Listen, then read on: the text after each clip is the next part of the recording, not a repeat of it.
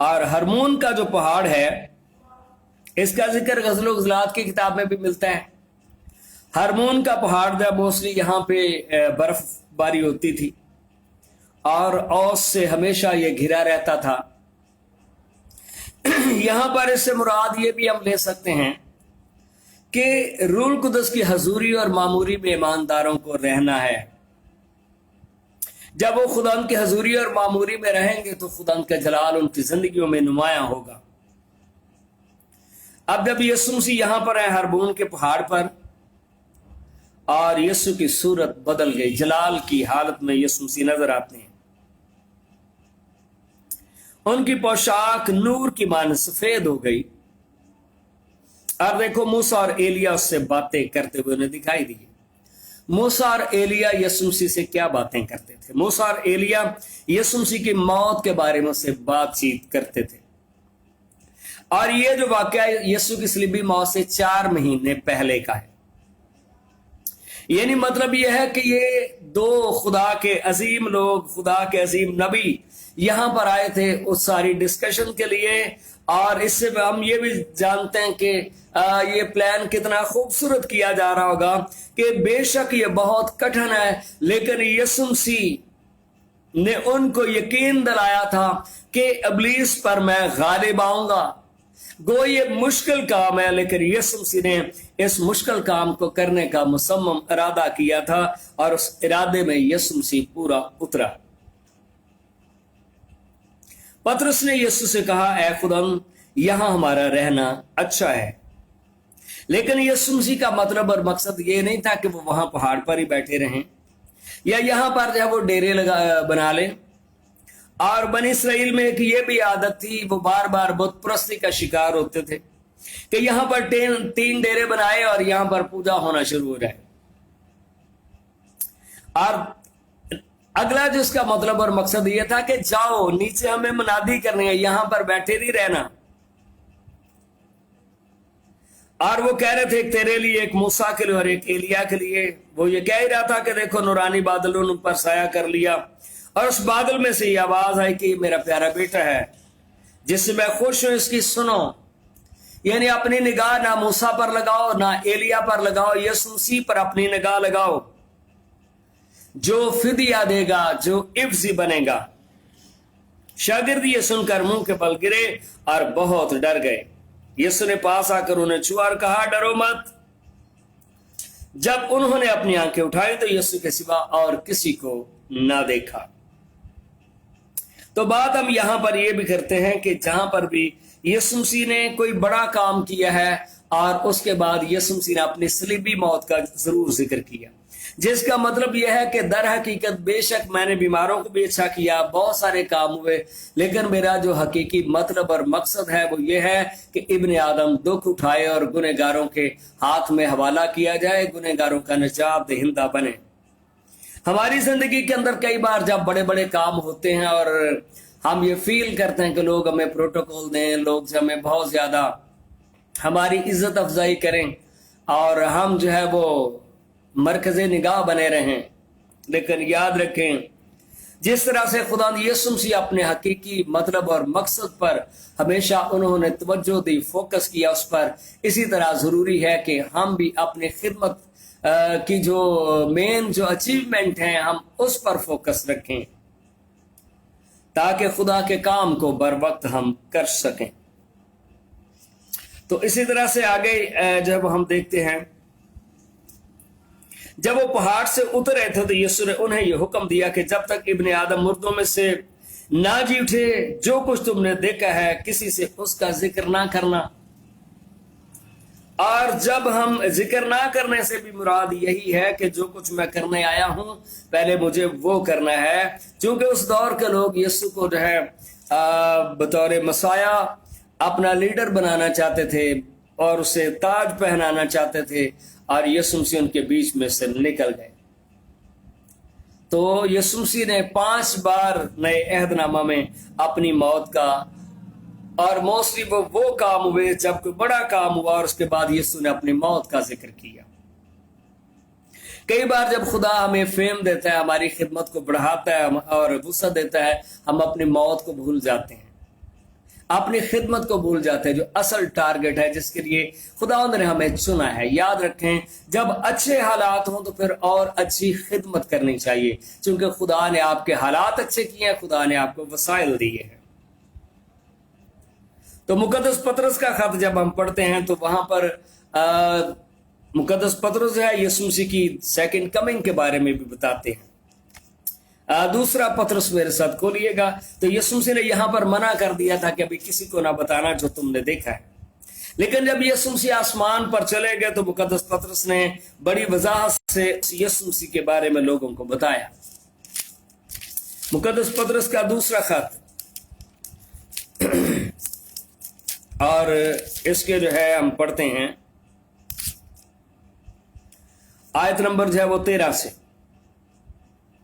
بلکہ 12ویں آیت سے شروع کرتے ہیں. اس لیے میں تمہیں یہ باتیں یاد دلانے کو ہمیشہ مستعد رہوں گا. تو جو باتیں خداوند یسوع نے اس وقت منع کی تھیں اب مقدس پطرس جو ہے مستعد ہے تاکہ اپنی ڈیوٹی کو پرفارم کرے, اگرچہ تم ان سے ناواقف اور اس حق بات پر قائم ہو جو تمہیں حاصل ہے. اور جب تک میں اس خیمہ میں ہوں تمہیں یاد دلا دلا کر ابھارنا اپنے اوپر واجب سمجھتا ہوں. جو باتیں اس وقت منع کیا گیا تھا اب وقت ہے کہ ان باتوں کو ایکسپوز کیا جائے, کیونکہ ہمارے خداوند یسوع مسیح کے بتانے کے موافق مجھے معلوم ہے کہ میرے خیمہ کے گرائے جانے کا وقت جلد آنے والا ہے. اب یہاں پر مقدس پطرس ایک بات کو واضح کرتے ہیں کہ میری زندگی کے تھوڑے دن ہیں لیکن میں چاہتا ہوں کہ اب جو کچھ وہ میرے پاس خدا نے مجھے بھیج دی ہیں ان کو ریویل کروں, ان کو بتاؤں. بس میں ایسی کوشش کروں گا کہ میرے انتقال کے بعد تم ان باتوں کو ہمیشہ یاد رکھ سکو. تو جس طرح سے یسوع مسیح نے کہا کہ میرے جی اٹھنے کے بعد بتانا, مقدس پطرس کہتے ہیں کہ جو باتیں میں نے بتائی ہیں میرے مرنے کے بعد بھی آپ کو یاد آئیں گی, اور یہ کلام خدا کا کلام ہے جو آپ کو یاد دلاتا رہے گا. کیونکہ جب ہم نے تمہیں اپنے خدا یسوع مسیح کی قدرت اور آمد سے واقف کیا تھا تو دغا بازی کی گھڑی ہوئی کہانیوں کی پیروی نہیں کی بلکہ خود اس کی عظمت کو دیکھا تھا. مقدس پطرس جو ہے اس نظارے کا جو اس نے ہرمون کے پہاڑ پر یسوع مسیح کی جو ہے وہ اس نے ٹرانسفیگرڈ ہوتے ہوئے دیکھا, اس کی صورت کو بدلتے ہوئے دیکھا. مقدس پطرس کہتا ہے کہ میں اس کا گواہ ہوں کہ اس نے خدا باپ سے اس وقت عزت اور جلال پایا جب اس افضل جلال میں سے یہ آواز آئی کہ یہ میرا پیارا بیٹا ہے جس سے میں خوش ہوں. یاد رکھیں یسوع مسیح خدا کا بیٹا ہے اور خدا نے خود اس کی جو ہے وہ اس کو جو ہے وہ بیان کیا ہے. آپ نے متی کی انجیل میں بھی سنا اور آپ نے مقدس پطرس کے خط میں بھی سنا. اور پھر لکھا جب ہم اس کے ساتھ مقدس پہاڑ پر تھے تو آسمان سے یہ آواز آتی سنی اور ہمارے پاس نبیوں کا یہ کلام ہے جو زیادہ موت پر اور تم اچھا کرتے ہو جو یہ سمجھ کر اندھیری جگہ میں روشنی بخشتا ہے. تو یہ کلام نبیوں کا ہے, یہ جسٹ سٹوریز نہیں ہے, یہ حقیقت پر مبنی ہے. جب تک پو نہ پھٹے اور صبح کا ستارہ تمہارے دلوں میں نہ چمکے. مقدس پطرس اس بات کو واضح کرتا ہے اور مقدسوں کے ایمان کو اور زیادہ بڑھاتا ہے, انہیں انکرج کرتا ہے اور کہتا ہے کہ وہ صبح کا ستارہ ایک دن پھر آنے والا ہے اور اس کی آمد سے آپ کے دل روشن ہوں گے. ہاللیلویہ. سو آئیے ہم آتے ہیں پھر مقدس متی کی انجیل میں اپنے اس بیان پر. تو یہ بات میں نے آپ کو اس کی وضاحت کر کے بتائی ہے کہ یسوع نے کہا تھا کہ ابھی کسی کو نہیں بتانا. اب وقت ہے. مقدس پطرس جب خط لکھ رہے ہیں تو ان باتوں کو وہ ظاہر کرتا ہے. شاگردوں نے اس سے پوچھا کہ پھر فقیہ کیوں کہتے ہیں کہ ایلیا کا پہلے آنا ضرور ہے؟ اس نے جواب میں کہا ایلیا البتہ آئے گا اور سب کچھ بحال کرے گا. تو جب ملاکی کی کتاب کو پڑھتے ہیں تو وہاں پر بھی لکھا ہے کہ ایلیا آئے گا اور بحال کرے گا. اس سے مراد یہ نہیں ہے کہ ایلیا آئے گا, اس سے مراد یہ ہے کہ آخری زمانہ کے اندر اس طرح کے لوگ ہوں گے جن کے اوپر ایلیا جیسا مسا ہوگا اور وہ قدرت والے لوگ ہوں گے, معجزات ان کے ذریعہ سے ظاہر ہوں گے اور حق اور سچ کی جو ہے ٹھوک کر منادی کی جائے گی. لیکن میں تم سے کہتا ہوں کہ ایلیا تو آ چکا, انہوں نے اسے نہیں پہچانا بلکہ جو چاہا اس کے ساتھ کیا. اسی طرح ابن آدم بھی ان کے ہاتھ میں حوالہ کیا جائے گا.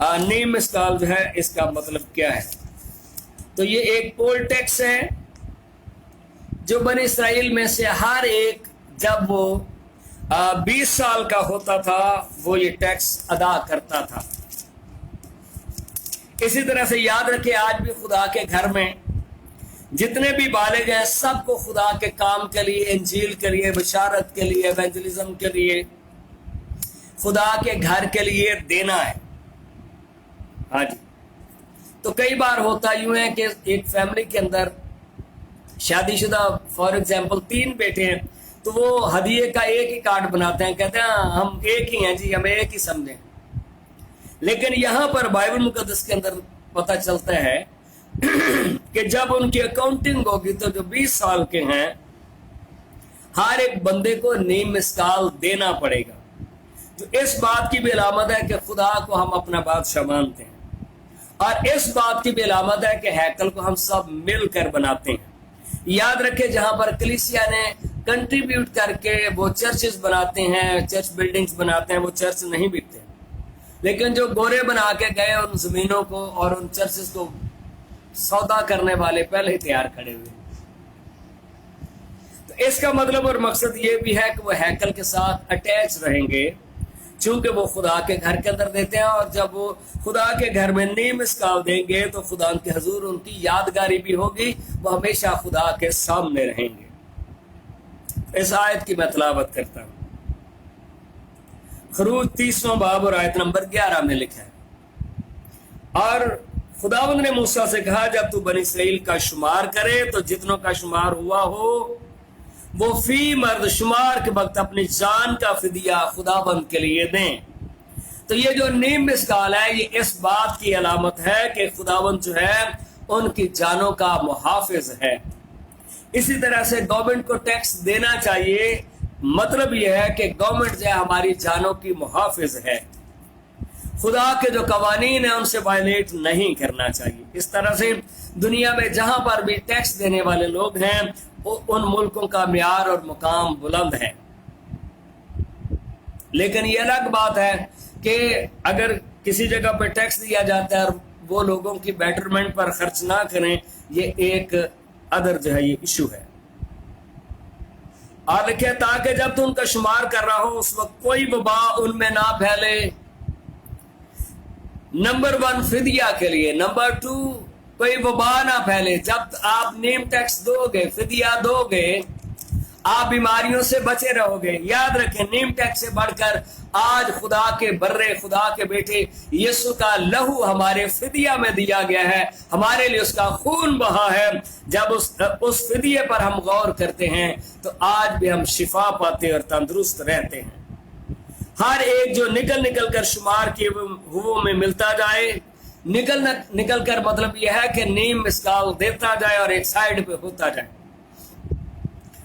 وہ مقدس کی مسکال کے حساب سے نیم مسکال دے۔ مسکال 20 جیرا کی ہوتی ہے۔ یہ نیم مسکال خداوند کے لیے نظر ہے۔ چوتھی بات یہ ہے کہ یہ نیم مسکال خداوند کا نذرانہ ہے، اس کے کنگڈم کے لیے۔ جتنے 20 برس کے یا اس سے زیادہ عمر کے نکل کر شمار کیے ہوئے عموم میں ملتے جائیں، ان میں سے ہر ایک خداوند کو نظر دے۔ تو ہر ایک کو نظر دینا ہے۔ چوتھی بات ہے جب تمہاری جانوں کے کفارہ کے لیے خداوند کی نظر دی جائے گی تو دولت مند نیم مسکال سے زیادہ نہ دے۔ تو مقرر کر دیا گیا یہ ہر صورت میں ہر بندے نے دینا ہی دینا ہے، اور نہ غریب اس سے کم دے۔ لیکن یاد رکھیں بہت سارے لوگ خدا کے گھر میں دیتے نہیں ہیں، اس لیے پاکستانی چرچ جو ہے وہ غربت کا شکار ہے۔ اور کئی بار جب ادھر ادھر سے پیسے آ جاتے ہیں پھر لوگ بے دریغ جو ہے ان پیسوں کو اڑاتے ہیں۔